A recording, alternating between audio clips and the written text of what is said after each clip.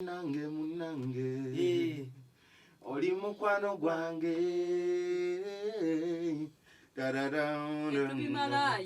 kwagala nnyo yongoledde si bitono nansi katolaba ffe tetumalayo luyimba netwaza nobategeeza ki n'abantu abawuliriza ennyimba olumu bawuliriza bayisaako buyisa matu n'abantu abawuliriza ennyimba in fact tebawuliriza nnyimba banyumirwa nnyimba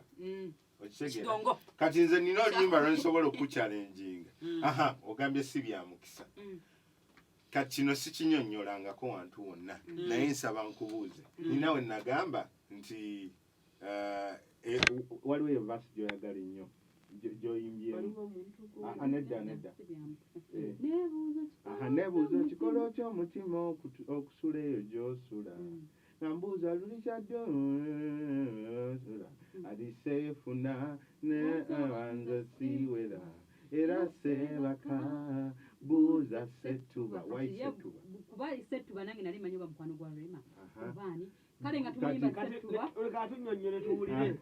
kati mwe nga muyimba setuba naye nga temumanyi lwaki nakozesa setuba nengera kale tusobola okuteekawo omuntu yomulala yenna babuuza alani kati mu songwriting waliyo kye bayita figurating nenkozesa kati ng'oyo mwana eyagambye nti gyenzaalwa lusuku lwa seminti tekiriyo naye ng'agezaako kutegeeza nti gyazaalwa walungi okitegeera kati setuba kigenda kusesa naye bwe kiri nali njogera ku kye bayita ekitanda ekinene ekitanda kikolebwa mu mituba okitegeera so buuza setuba ekitanda ekinene kuba nti era seebaka buuza kwensula kubuulira wejja tumanyi setuba musajja kayibemu mpulire bulungi gategate dama olimbe setuba nti era seebaka yes gwe buuza ki setuba bajja omanyi setuba musajja munenenene mukwano gwa Rema era yakubulira mbu akantu ako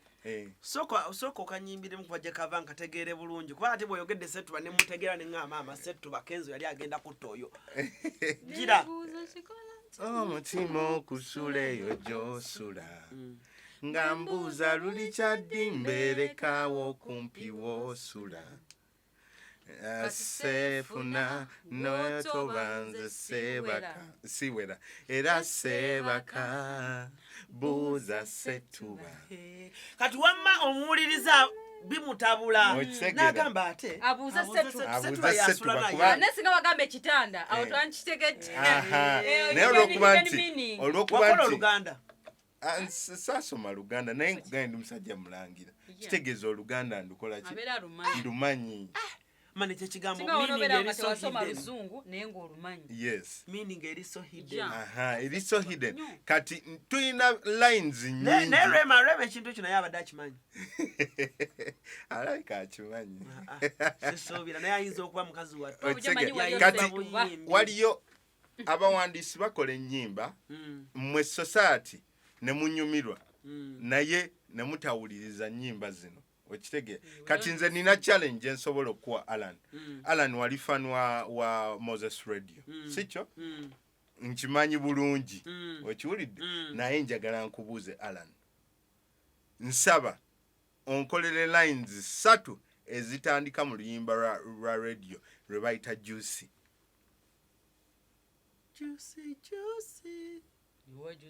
kyenkakasa olumanyi ate olwagala bwe lubeerako nsobola zikola bwe luba teruliiko kati abantu tebatwala budde kumanya ebigambo bino oluusi bye tuba tuwandiise bitegeeza ki kyekyo lwaki nti bw'owuliriza ennyimba kati ng'olwo si bya mukisa luli myaka 789 luli myaka 8 okitege naye n'olwaleero lukyalina amakulu mangi okitege era lugenda kuba lw'amaanyi n'emyaka egijja ensonga okitegera nti buli lunaku wabeerawo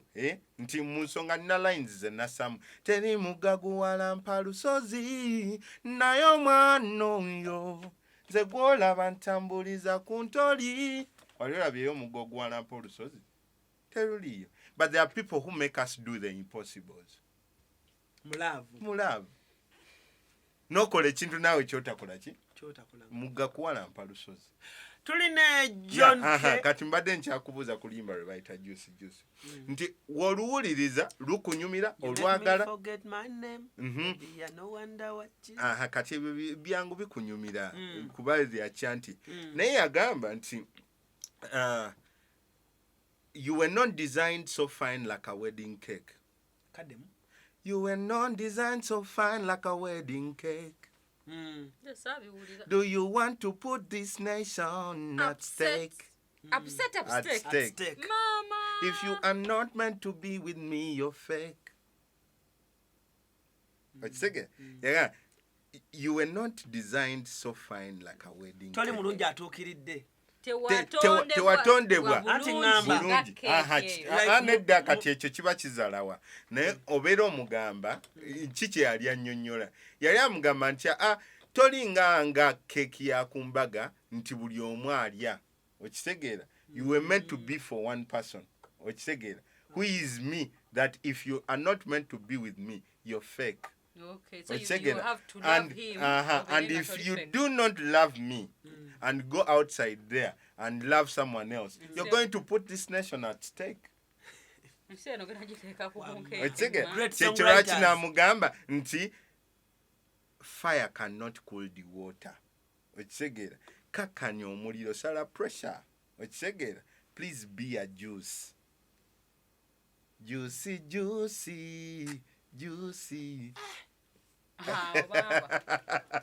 Olabye kye bayita okuwandiika. Wamma kyova olaba omuntu atuula ewuwe n'ateekamu namagembe wa madokisi n'awulira nga lyrics zinyuma nnyo. Okitegeera. Nekwezo ozimanyi ezo. Nti kati mwe Alan muddeeyo ne muwana banaigundi awandiisa olimba. But in most cases nga sigezaako kuzalawa naye kyenkugamba ge mazima nti enyimba ze musinga okunyumirwa zino nti tukikuba ogenda omaliriza nga enyimba ezo mu weeks 2 it's no more. Naye enyimba ze tukola ffe tukola oluyimba for generations. First aid owuliriza oluyimba na pamisa semakula. First aid. Okitegera oluyimba ne wolukuba kati lukola amakulu mangi okusinga ennyimba nnyingi eziriwo. Nti ebigambo bwe yali atuula nga awandiika yawandiika ebigambo ebigenda okubeerawo generational words. Okitegeera. First aid tekigenda vaawo buli muntu agenda kwetaaga first aid. Naye ebigambo ebyo binoonyo biteeka awamu mu luyimba olwo. Kati waliwo slogan ebeerako kati ng'eya tukikole neera kwegamba ebeerawo nebeerawo neekomawo neera tukikole oba kitegeera neera nti tucreatinga what ebigambo ebyo naye eggwanga ng'eggwanga kale n'abantu abatulaba eyo tebali ready ku appreciating. Okitegeera nti kati singa mbasivuddeyo nti Alan anoonyeza njogereku ebyo ebigambo ngenda ani agenda obimanyi. Oluyimba lubaddewo emyaka 7 naye tewali amanyi lwaki nakozesa settuba.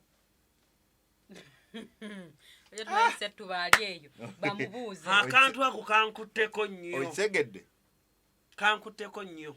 So kati nze nno ndowooza nti ate n'abakozi ba vidiyo ne bajja ne bakola vidiyo nga teyeebuziza ku songwriter teyeebuza ku muyimbi kati n'akola ebibye nti ogenda okwesanga nga piisi yonna emaze buli kimu kyonoonese. Waliyo vidiyo ze bayita tereera nkusabule okitegeera n'ayimirira awo n'ayambala ebintu n'asabula okitegeera ekyo ne kiggwa naye ng'ate waliyo story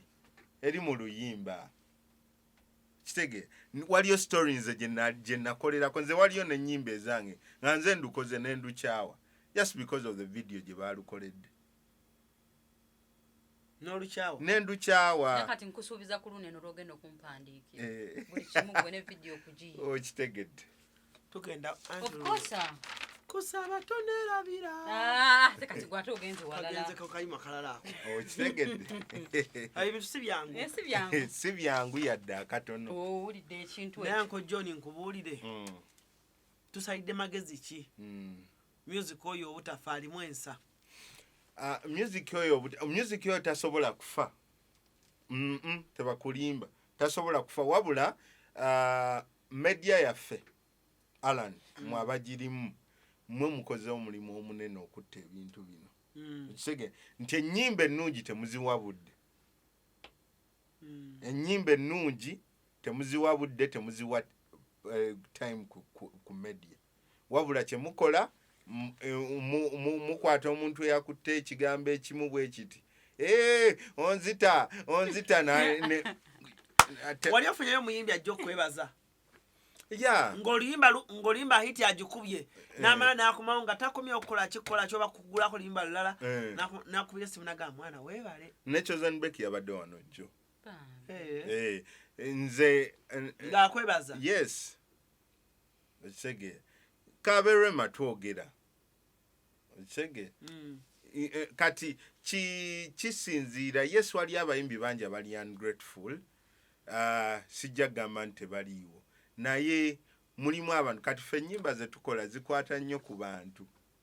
okisege oli kati ng'ovudde nno ne ku bayimbi nga Phoebe nze nali nfunyeeko n'akakadde k'ensimbi omuntu ng'akampadde buwina ŋŋamba John wampandiikira oluyimba luno kwata ssente zino ng'ekirabo just nfunye emikwano mingi olw'ennyimba zenkola ki zempandiika emikwano gyo ne ginfuukira ekintu ekisinga mu bulamu okisegera so yeah I appreciate yeah Cruise exclusive gwe mukutukosinzidde okubanga ate otulabya tulina John K he's a famous songwriter akwandikidde ennyimba nnyingi nnyo zonna nga bwazikumenyedde wammanga awo eddoboozi si ddungi nnyo mujja kunsaasira naye tujja kugendera awo naye ng'ate bwe kijja mu kuwandiika musajja awandika oluyimba n'alunnyonnyola bayimbi bangi babawandikidde ennyimba naye because babawandikidde temumanyi kunnyonnyola nnyimba zammwe Uncle John tugende ku nfuna yammwe musasulwa bulungi bubi nnyo era musiima bubi nnyo maanyi gampedde bubi nnyo olw'ensonga nti kati oluyimba Alan waliwo singa okera ku makya n'ozaala omwana oli najja nakuga Alan ozadde omwana mulungi nnyo munguze omutunda sente meka sina price kitegera teriyo price ya luyimba kubona omwana aba wange nze muzadde ekitegera teriyo price ya luyimba nti oluyimba balutunda sente bweziti nedda naye tusaawo embeera nti mu copyright waliyo kye bayita licensing okitegera nenga nti Alan nkuwadde oluyimba luno nsaba olukozese okitegeera kitegeeza ki nti byonna bye nkuwadde sikuwadde bwannannyini wabula nkuwadde rights ezirukozesa ku bintu bino nga wammanga recording performing okitegeera production owulidde naye nga obwannannyini tosobola kubugula kitwale ng'ettaka okitegeera nti ettaka waliyo okuliizinga ne wabaayo n'okukola ki n'okwegulira ne lifuuka liryo obadde okimanyi nti waliyo ery'ekyapa ne wabaayo n'eryaki ery'endagaano okitegeera nti ekyapa kitegeeza bwannannyini okitegeera endagaano olina okusasula obuki lwaki oba osasula obusuulu oba tewagula okitegeera so kati wenkeera ku makya ne nkugamba nti ŋŋenda kuwa kyapa kitegeeza ŋŋenda kuwa bwannannyini mpa ssente bwe ziti obadde okimanyi nti ekyapa n'endagaano ssente za njawulo era omuntu waba aguze tangasi yakyapa nga ayagala ekyapa ayongerayo ku ssente okitegeera kati endagaano y'obwannannyini ekutuma okusasula obuki obusuulu obusuulu zezo ze bayita royalties zoyina okunsasulanga karo natongo kyakola okitegeera nti yampa ssente okitegeera egula endagaano okitegeera egula kye bayita license okukozesa oluyimba lwange kati tugambe omuntu omuguza oluyimba muteekeddwa sayininga n'ogamba nti bw'oliba oyagala okuddamu okukozesa oluyimba luno komawo tusayininga ebipya ndukuwadde olukozese emyaka 2 oba 5 emyaka egyo bwe giggwako ng'oluyimba lwange oluyimba singa oluzza lwange ne kati si bwe kiri mu Uganda omuyimbi ye bw'ajja n'akuwa letsa obukadde 2-3 asobola n'okusanga ekya n'akuvuma nakuga oli ku luyimba lwange ssebo okitegeera naye ng'ate tamanyi nti aguze rights ez'okukozesa ki oluyimba olwo paka nga tukkaanyiza nti nkuguzizza kye bayita obwannannyini copyright. Nalaba omugenzi Ken Rogers nga tannafa yayita Lionel Richie oba kaklipu ako wakalaba nkamanyi bulungi n'amuyita ku stage n'awa story n'agamba I looked for this man nga munoonya amuwandikira oluyimba n'amuyita the same Celine naye yakikolako kati kankuwa story esinga okubeera valid obadde okimanyi oluyimba lwe bayita if I should stay out only be in your way. Oluyimba olwo si lwa Whitney. Luhani. Oluyimba olwo lwawandikibwa omukyala gwe bayita Dolly Parton. Coat of many colors. Famous singer. Era ye yakola the first original version eya I Will Always Love You. Era oluyimba olwo yali awukana ne manager we gwe yali akoze naye for a very long time ng'ayagala agenda atandika okukola business ze ng'omuntu manager na kati manager ye kyamuyisa bubi nnyo okitegeera ng'alaba omuntu ono amumaliddeko obudde bungi akoze biki obulumi obubeeraawo obumanyi yali aparting agenda akola ebirala ave music nedda asigale mu music naye ng'akola solo career ye kati Dolly Parton yakitegeera nti manager akoze ki alumiddwa bwe yakitegeera n'awandiika oluyimba olwo I Will Always Love You in appreciation okulaga gayo ono nti munnange sikuta olw'okubanga sikwagala oba olw'okubanga sikwa appreciatinga naye ate I have a journey to walk okitegeera naye ekyobola atandisa lines ezo zigamba if I should stay out only be your way nti singa nali nsobo kyekiri kye watugambye nti Dolly Parton bw'akunnyonnyola lwaki yawandiika oluyimba you're a great writer my brother tegede bro so kati oluyimba luno bwaluyimba ne lubeerawo for so many years then in 1992 okitegeera 1992 bwe baba bakola movie gye bayita Bodyguard okitegeera Whitney bamulonda okuba nga ye main actress okitegeera owa movie eyo kati nga balina okunoonyaayo oluyimba olusobola okujja mu story eyo kuba mu abaala ba Bodyguard mukimanyi nti Whitney alina Bodyguard nga n'atuuka ekiseera ng'alina omuta akole ki agende naye nga babadde bakwataganye nnyo okitegeera so oluyimba olwo ne baga but there is a song or a Dolly Parton. Why don't we use the song? They had to go nebasaba Dolly Parton right eyo ku reproducing. Era mu ku reproducing kwekola oluyimba lwe bayita I Will Always Love You, which is believed to be one of the greatest love songs. YouTube. Oluyimba Dolly Parton mwede dobozi Jeruli. Wala oluwulidde kushali. Jeruli. Era Dolly Parton asasula royalties okuba nti bakozesa oluyimba lwe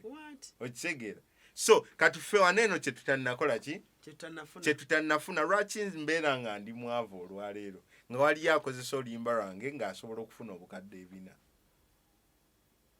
4 okubina okwo newemba nga nfunako 10% ezesente meka si millions 4 tezimala Okitegera kati ye copyright wane Uganda etannaba kutegeerwa abantu okitegera nti ffenna kakole ki bw'owandika ne bakuwa essatu ensi ekitwala nti bakumazeeyo era ne kati mu comment ojja balaba abagamba ate ayagala ki baba musasudde ekuba na muyimbi bw'ayogera okitegeera naye buba butamanya kyekiri kyenkubuuziza mu naye ng'ate ye omuyimbi bw'asanga mu muvi nga bakosezza oluyimba lwe akadeke kagambirawo copyright muganda okitegeera kiba kibi nnyo naye ng'ate tasobodde kufa kwani kyekiri kyenkubuuziza nti Alan omwana wo mutunda ssente mmeka anti nsobola okuwa n'abeerako naawe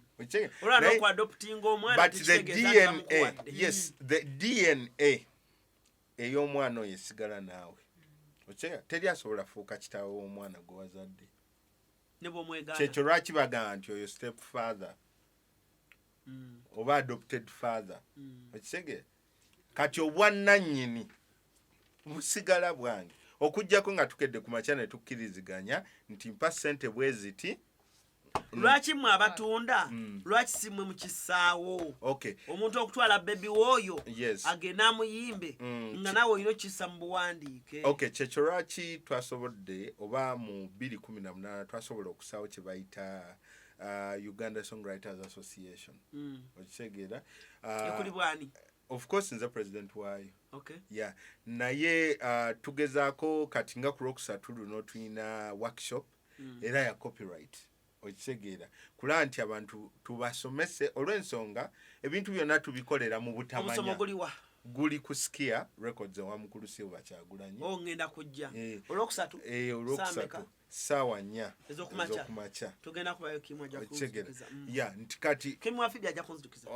nti kati kikwetaagisa okumanya ebintu bingi nti bambi bano abawandiisa abasinga ebintu bino tebabimanyi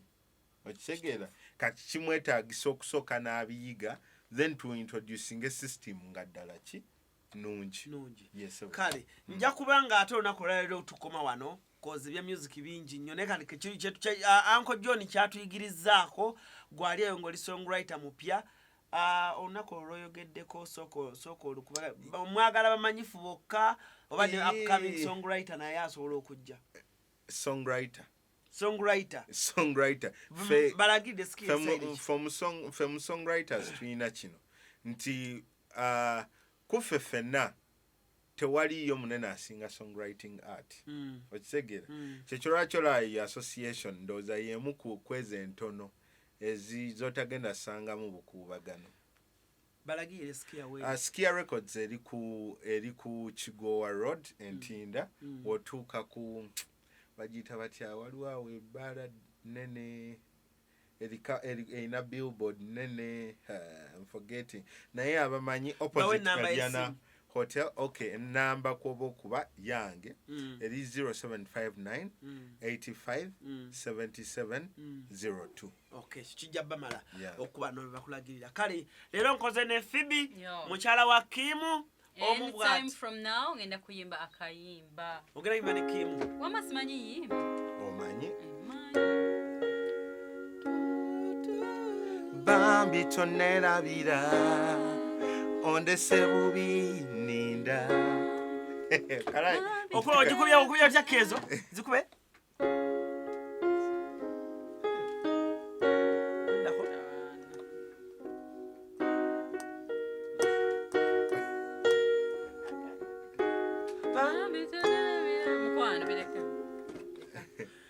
Cruise exclusive gwe mukulu kosinzidde ebintu ebimu twabirekera aba generals naffe ne tukola bino bitusobola okukola obulungi naye nga omanyi okuyimba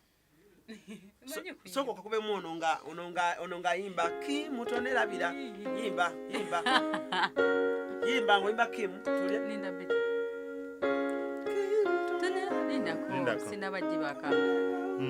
tugende bambi tonerabira ondese bubi ninda obichanya